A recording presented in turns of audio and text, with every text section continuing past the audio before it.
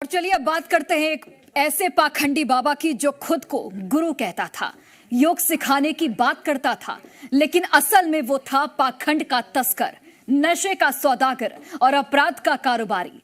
मामला है छत्तीसगढ़ के राजनांदगांव जिले का, जहां डोंगरगढ़ की शांति, आध्यात्मिक और श्रद्धा से लिपटी प्रज्ञागिरी पहाड़ियों में अब एक योग आश्रम बना था। एक ऐसा स्थान जहां लोग आत्मा की शांति पाने पहुंचते थे, लेकिन वहां चल रहा था रूह को शर्मसार करने वाला गुनाहों का कारोबार। इस ढोंगी बाबा का नाम है तरुण अग्रवाल उर्फ सोनू। बाहर से योग गुरु दिखता था, लेकिन अंदर से था एक ऐसा भेड़िया जो मासूम युवाओं को अपनी आध्यात्मिक बातों में फंसाकर उन्हें नशा, तस्करी और सेक्स टॉयज की अंधी दुनिया में धकेल रहा था। जब पुलिस को आश्रम की हरकतों पर शक हुआ तो छापेमार कार्रवाई की गई और उस छापे में जो कुछ मिला उसने प्रज्ञागिरी की पवित्र मिट्टी को शर्मिंदा कर दिया है।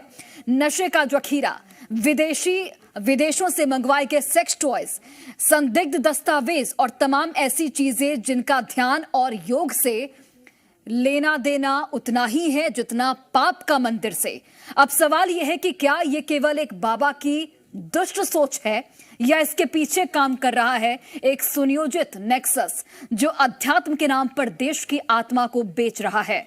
और सबसे बड़ा सवाल, क्या देश भर में ऐसे और भी आश्रम गुनाह के नए ठिकाने बन चुके हैं जहां चोला तो सफेद है लेकिन अंदर की हकीकत कालिक से भी काली है।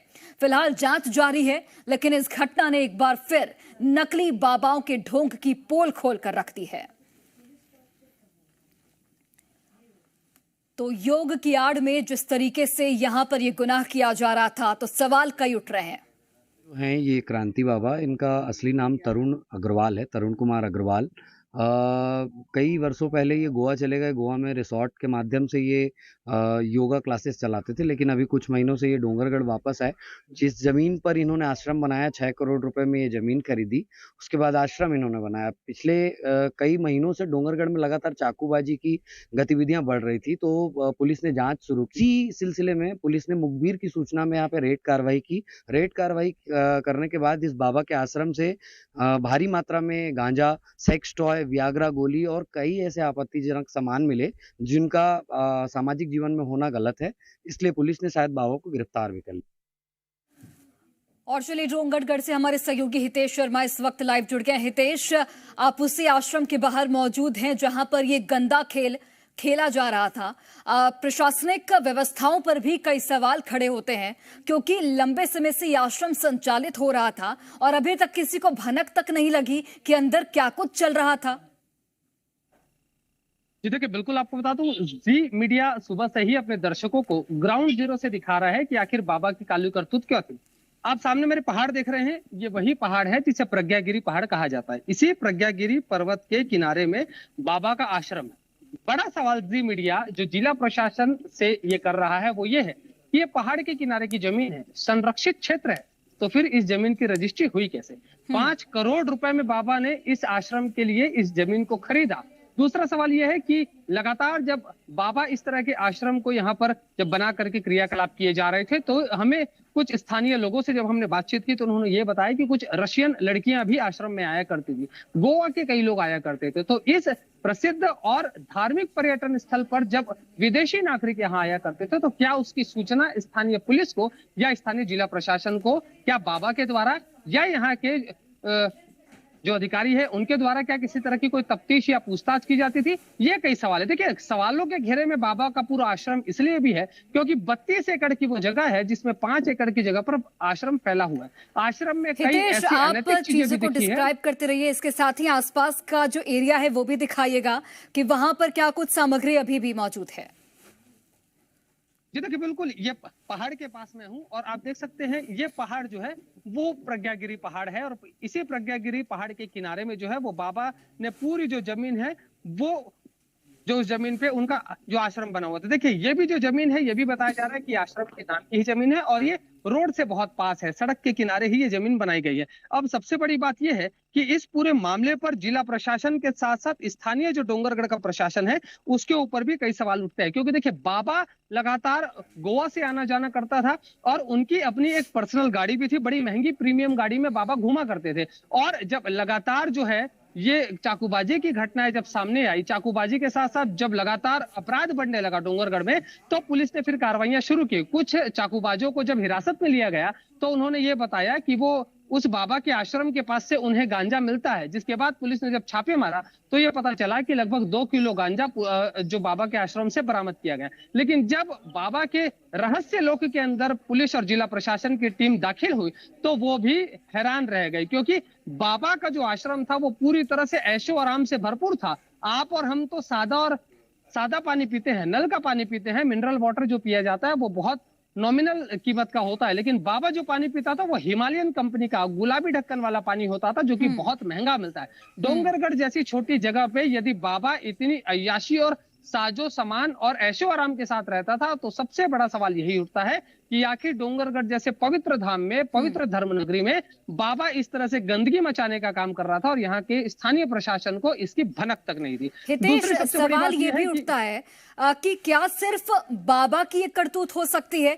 क्या इसके पीछे कोई सिंडिकेट भी काम कर सकता है? चूंकि आप बता रहे हैं कि वहां पर रशियन लड़कियों को भी बुलाया जाता था, शराब की बोतलें भी मिली हैं, कंकाल भी बरामद किया गया है, तो क्या ये सिर्फ एक व्यक्ति का काम हो सकता है या फिर इसके पीछे एक बड़ा सिंडिकेट हो सकता है जिसकी जांच की जाएगी?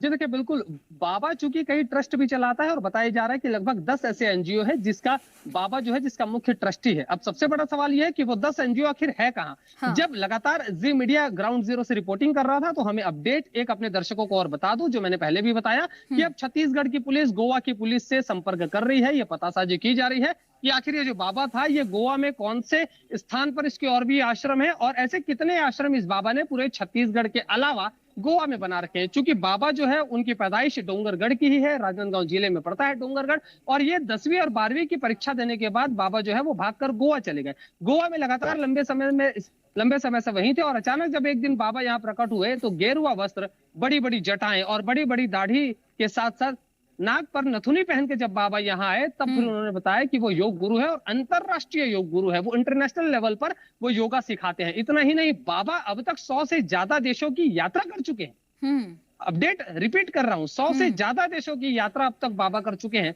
और सबसे बड़ी बात यह है कि आखिर ये बाबा किस तरह का योग सिखा रहे थे, जिसमें कंकाल मिलता है, जिसमें चाइनीज डॉल मिलती है, जिसमें सेक्स टॉयज मिलते हैं। इतना ही नहीं, गांजे के साथ साथ और भी कई ऐसी आपत्तिजनक सामग्रियां मिलती है जो कि योग आश्रम में नहीं होना चाहिए। बाबा स्वयं कार में चलते हैं, वो अपने भक्तों से कहते हैं कि योग किया करें।